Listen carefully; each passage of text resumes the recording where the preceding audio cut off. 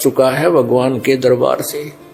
फिर आपसे कितनी बकवाद करियो, क्यों आपने उस दौरान जो पुण्य कर लिया इकट्ठा, कोई 2 वर्ष, कोई 4 वर्ष, कोई 3 वर्ष, कोई 5 वर्ष, ऐसे भी हमने देखा 3 3 4 4 5 5 6 6 वर्ष यहाँ ठीक भक्ति करते रहे, फिर एक थोड़े से दोष के कारण अपना कर्म बिगाड़ गए, वो चले जाते हैं।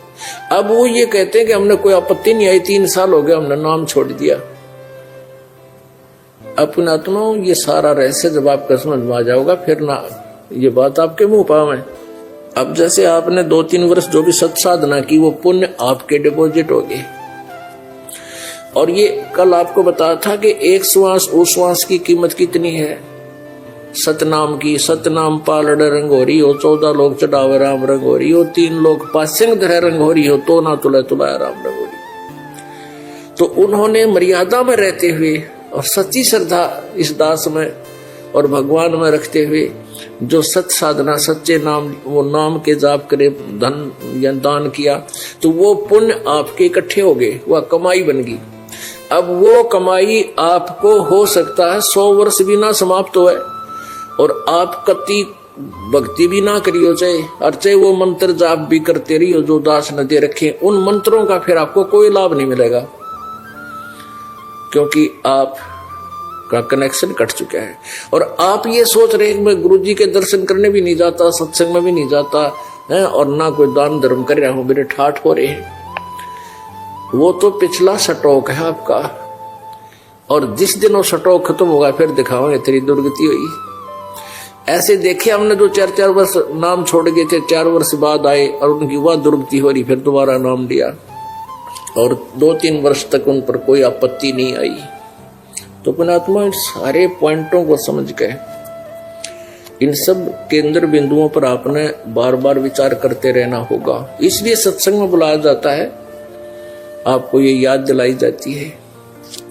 तो जब आप यहां से शरीर छोड़ोगे तो आपको एक आवाज आवेगी आपके जाने पहचाने चेहरे की, और वो कहेगा कि गुरुजी आ गए। आप एकदम शरीर में से निकलकर बाहर आओगे। कहाँ है गुरुजी? को रहे आपको इस दास के रूप में परमेश्वर खड़े दिखाई देंगे, और फिर जैसे सोपन होता है ऐसा बन जाता है। कहाँ जा रहे हो? कि सत्संग है, गुरुजी जा रहे हैं, आजा चलना है। कि हाँ चलेंगे भाई। और बैठ के गाड़ी में और सतलोक को रवाना।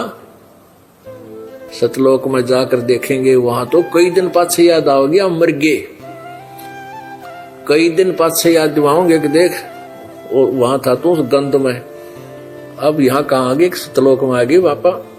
तो पुण्यात्माओं, परमात्मा की जो लीला है, परमात्मा जो हमें लाभ दे सकेगा, उसके ये फार्मूले हैं। अब जैसे यहाँ हम देखते हैं कई से हमें पेट भर उनको उठा के लाना पड़ेगा, आज दर्शन हो है गुरुजी, और वो पाछे तो आओगे आंख मसलते, क्यों अंधे खा के दड़ी पक्का सो जाए, उन्हें भगवान से के लेना देना। तो ये ऐसे व्यक्ति फिर यहीं रह जाएंगे, बेशक वो भगत दिखाई दे, जहाँ नाम भी ले रहे हैं और जाते हैं सत्संग में टाइम पास करने, ऐसा कोई लाभ नहीं। तो क्या बताते हैं? आए हैं सो जावेंगे राजा रंक फकीरे, एक सिंहासन चढ़ चले एक बंधे जात जंजीरे। अब मृत्यु तो मारी भी होगी पर हम फिर ना मरे, और जो भक्ति नहीं करते वो असंख्यों बार मरेंगे, और पता नहीं के जुल्म उनके ऊपर सितम होगा। कि बताते हैं क्या होगा।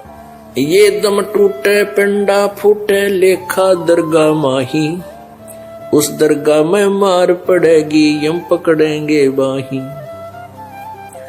वादन की मोह डरनी लागे लजार अकनाही, नर नारायण देहे पाक तू फेर 84 जाही। नर नारायण। अब ये जो शरीर है, कहते हैं परमात्मा ने आपको अपने जैसा रूप दिया, और ये नर नारायण दे ही पाके परमात्मा जैसा ये शरीर प्राप्त करके तू फिर 84 लाख योनियों में जा रहा है। धिक्कार है तेरे जीवन को। जा सतगुरु की मैं बलिहारी, जो जा मन मरण मिटाही। अब यहां पर एक विशेष पॉइंट दिया है कि अभी आप भक्ति भी करते हो और कई कहते हैं हमने गुरु भी बना रखे हैं। अब कहते हैं जा सतगुरु पे मैं बलिहारी, जो जन्म मरण के रोग की औषधि रखता हो, जिसके पास जन्म मरण की समस्या समाधान हो।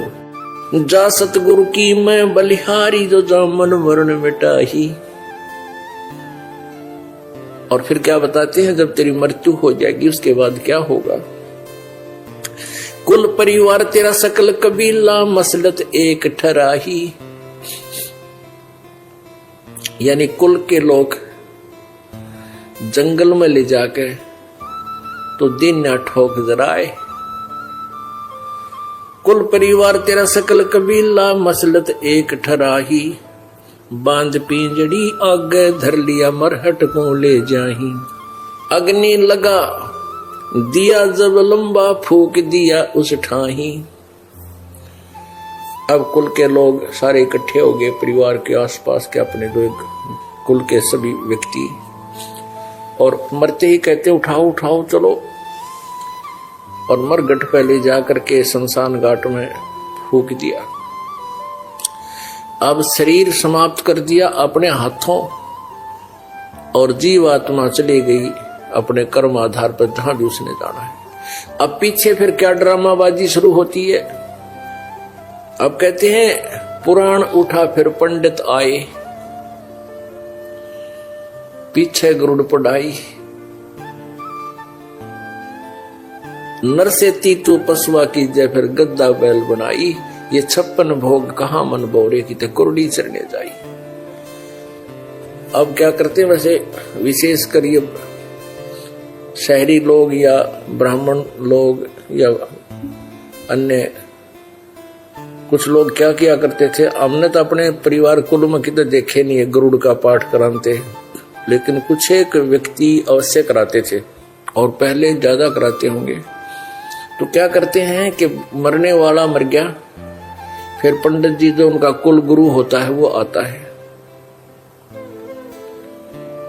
वो कुल गुरु आता है और 7 दिन तक गरुड़ पुराण का पाठ करता है। गरुड़ पुराण के अंदर बहुत ही मार्मिक ज्ञान दिया हुआ है कि जो व्यक्ति ऐसे कर्म करता है उसके साथ ऐसा होता है, जो ऐसे कर्म करता है उसका हाथ कटता है, जो ऐसे कर्म करता है उसकी वो अंधा होता है, जो ऐसे पाप करता है उसका पुत्र मरता है, जो ऐसा करता है उसको आगे नरक में इतना दुखी किया जाता है। जब शरीर छोड़कर जाता है जो भक्तिहीन प्राणी, फिर आगे ऐसे ऐसे कष्ट उसके ऊपर होते।